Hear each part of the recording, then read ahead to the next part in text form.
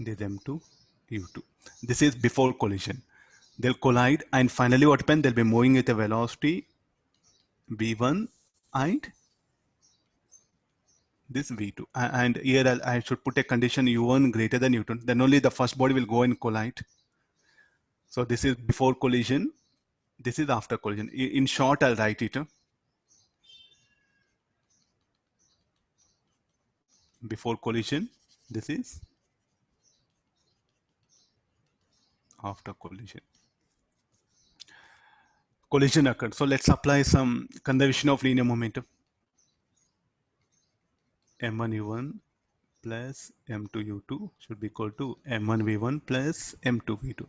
Can we conserve kinetic energy? Yes. So therefore, initial kinetic energy, conservation of kinetic energy. So from that, M1 U1 square by 2.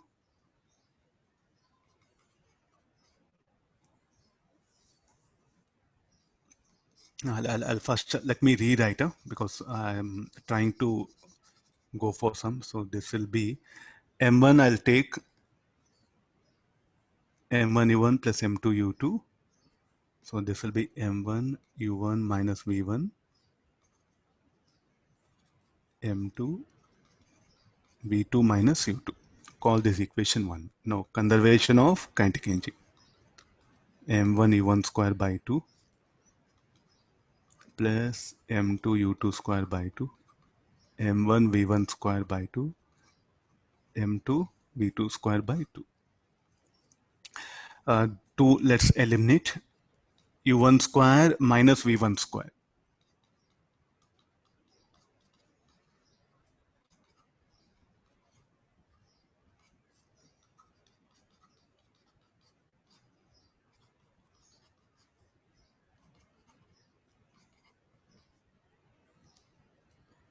V2 minus U2, V2 plus U2. So let this be the equation 2. Let me divide these two equations. So M1 dividing 1 and 2. I'm just doing some mathematics. Let's see that what I'll end up. With what I'll end up is what? Dividing 1 and 2, I'll get U1 plus V1 should be equal to V2 plus U2. Or this I'll rearrange. U1 minus U2 is equal to V2 minus U2, or this will be further minus of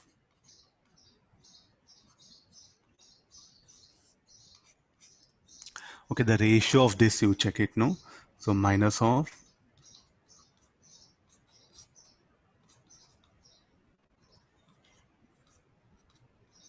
I'm getting equal to 1. So what is V1 minus V2? Looking at the diagram. Relative separation, relative velocity of separation. And what is U1 minus U2? Relative velocity of approach, because U1 minus U2 will make it to approach. And further what will happen? V2 minus V1 will make them to separate. Say V2 greater than V1, then only it gets separated. And U1 greater than U2, then only it make that collide. So that V2 minus V1 will make them to separate, and U1 minus U2 will make them to approach. And since it's a difference, so relative velocity of separation, and what about this relative velocity of approach here? So this quantity, I'll redefine it. So 1 is equal to minus of this relative velocity of separation by relative velocity of approach. This particular ratio, what will happen? It's independent of the masses here. So as long as the elastic collision, it must be equal to 1. So I'll call this particular thing as now quotient of restitution. I'll define it.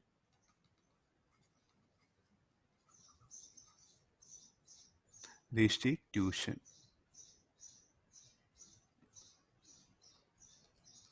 This is that one only what pen I'll give a name for it. Relative velocity of separation by relative velocity of approach. Means now something very important.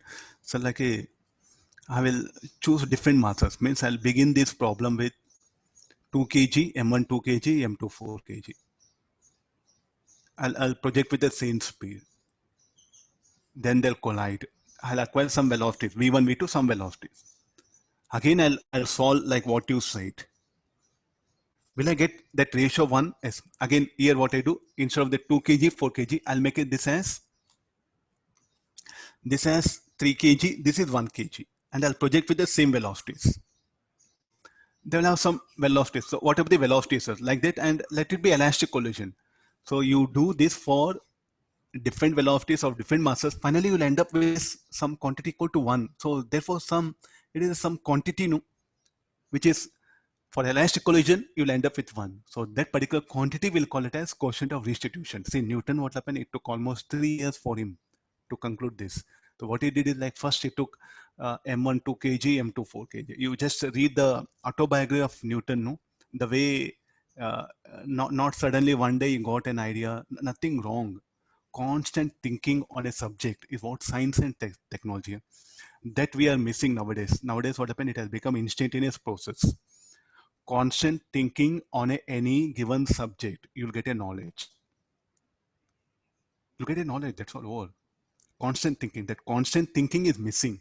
So it has become now instantaneous. By seeing what happened, we want answer. So there we are losing track. This is my sincere request. With folded hands, I am requesting to students that effort must be there. Constant effort means constant thinking. As one or the other day, you will reach the solution. So you read Newton's autobiography. That one is a life one. No, it's very rare available. Almost 3 years he was thinking on this, not one day. 3 years, almost for 8 to 10 years. So he wanted to be away, no. So it used to be a room. There used to be a small window and bathroom. Through that window, what happened? He used to get a food. He used to go for bathroom. And Europe, London is a very cold country. No, maximum temperature is 16. So and definitely what happened? For 3-4 days, he used to take a bath. And almost for 3 months, he didn't come out of that room because he was constantly analyzing what happened this. And not like thinking means not like some on chair. At that time, there was deficiency of paper.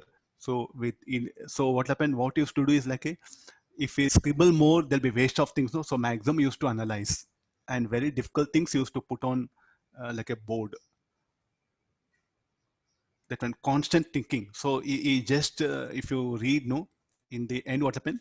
Yes, put it that one. I'm able to find out all these things. The only reason is not I'm talented. I just put effort. Constant effort, just analyzing things.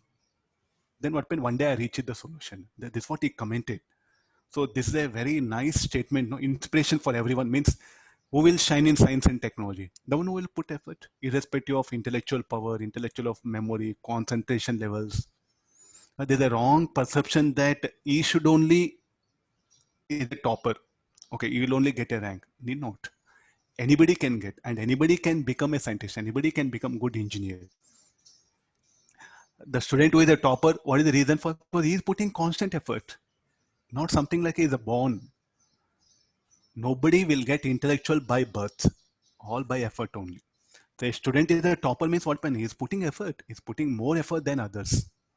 He's using different methods. Please do understand. This is like this topic is very important because if I just end up 3 years it took for him. So what he did is he didn't strike him. So what he did is he changed masses 2 kg, 3 kg. Then what happened 4 kg, 1 kg. Like that M1, M2 different masses and projected with different speed everywhere. He satisfied this condition U1 greater than U2. When he checked it, no, he ended up with always one fixed value equal to 1 equal to 1. So there's something is relation. So this 1 is not some just mathematical integer. You call that as quotient of restitution. Are you getting the idea? That one is this one. So this negative sign, nothing to do. If you want to eliminate negative sign, you write it V2 minus V1. V2 minus. So like this, we defined it. Now this value of for elastic collision, this quotient of restitution will be equal to 1. So what is the symbol for quotient of restitution? E. And for elastic collision,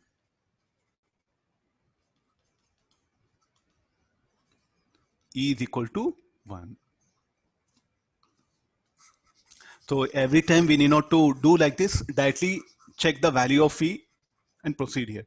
How to check the value of E? So further, I think we can calculate V2, V1, and we can make it out. And now let's come for this. Any other way of defining things? So I'll go back to this one. It's a ratio of impulse of reformation to impulse of deformation. What is impulse of reformation? The impulse that acts from maximum deformation to the final. What all that impulse acts from maximum deformation to the final state? Impulse of reformation. The body undergoes reformation.